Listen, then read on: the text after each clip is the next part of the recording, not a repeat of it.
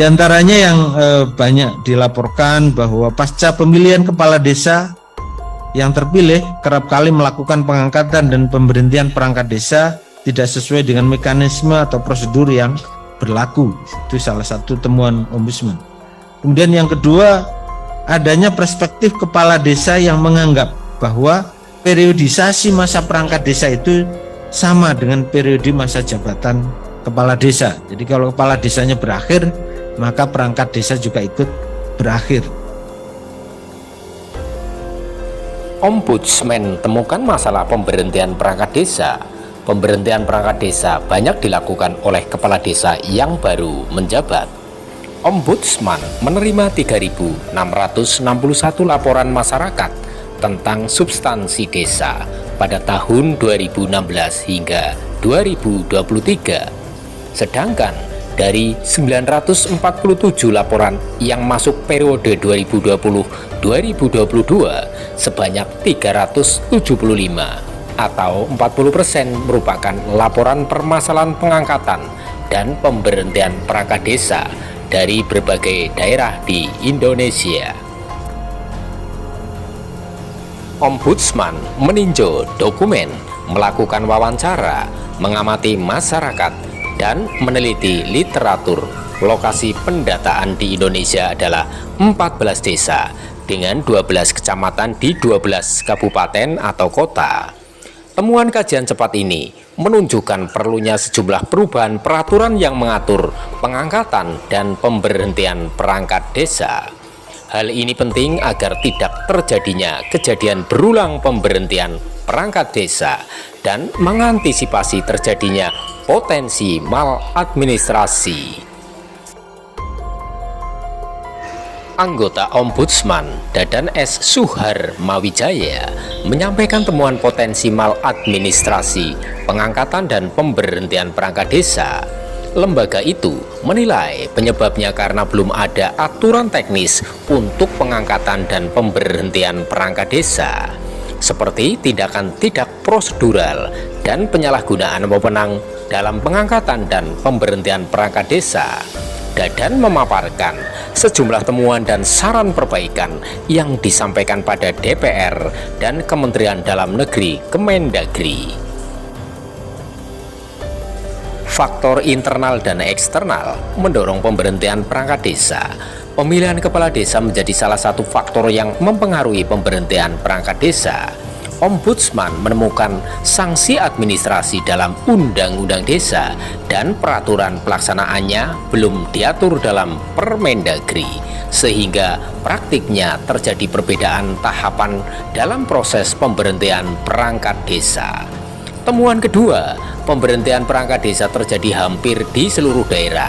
6 daerah yang tertinggi jumlah pemberhentian perangkat desa akibat pilkades adalah Kabupaten Gorontalo, Kabupaten Merangin, Kabupaten Lampung Utara, Kabupaten Mamuju, Kabupaten Minahasa Selatan, dan Kabupaten Takalar.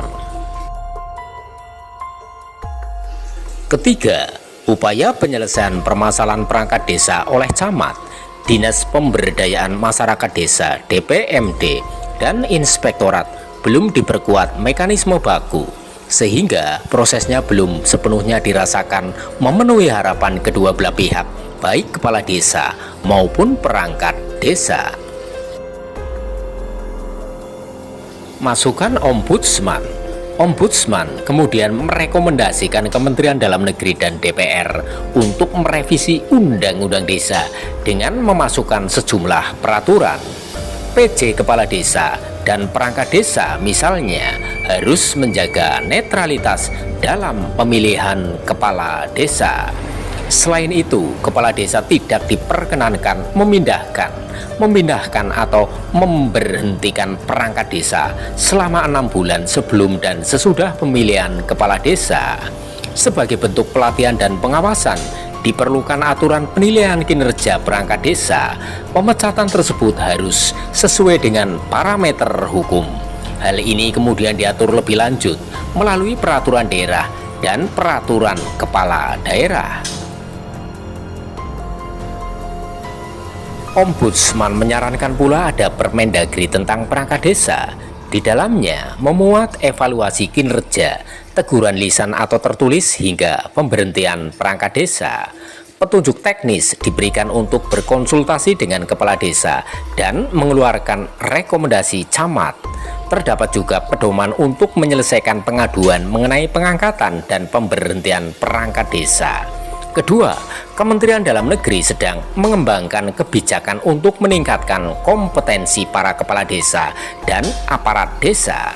Ketiga, Kementerian Dalam Negeri bertugas mengembangkan tata kelola administrasi jabatan perangkat desa serta pendataan kepegawaian seluruh perangkat desa. Secara statistik ya, kita punya data dari tahun 2020 sampai 2022 ini ya, laporan-laporan yang masuk ya, ada 947 laporan ya, yang 375 laporan itu terkait dengan seleksi, pengangkatan dan pemberhentian perangkat desa yang kami kumpulkan ya se-Indonesia. Kemudian 258 laporan ini terkait dengan pelayanan desa memang. Nah, kemudian 145 laporan terkait dengan dana desa ya. 92 laporan terkait dengan Pilkades, 77 laporan terkait dengan pengelolaan desa ya. Nah, ini tren peningkatan laporan masyarakat terkait permasalahan desa ini juga cukup ya, naik ya dari tahun ke tahun gitu ya. Nah, itulah yang menjadi salah satunya alasan ya kenapa Keasistenan Utama 4 membuat kajian ya terkait dengan desa ini. Tapi kami fokuskan memang ya khusus untuk karena yang paling tinggi laporannya gitu terkait dengan pengangkatan dan pemberhentian perangkat desa khususnya.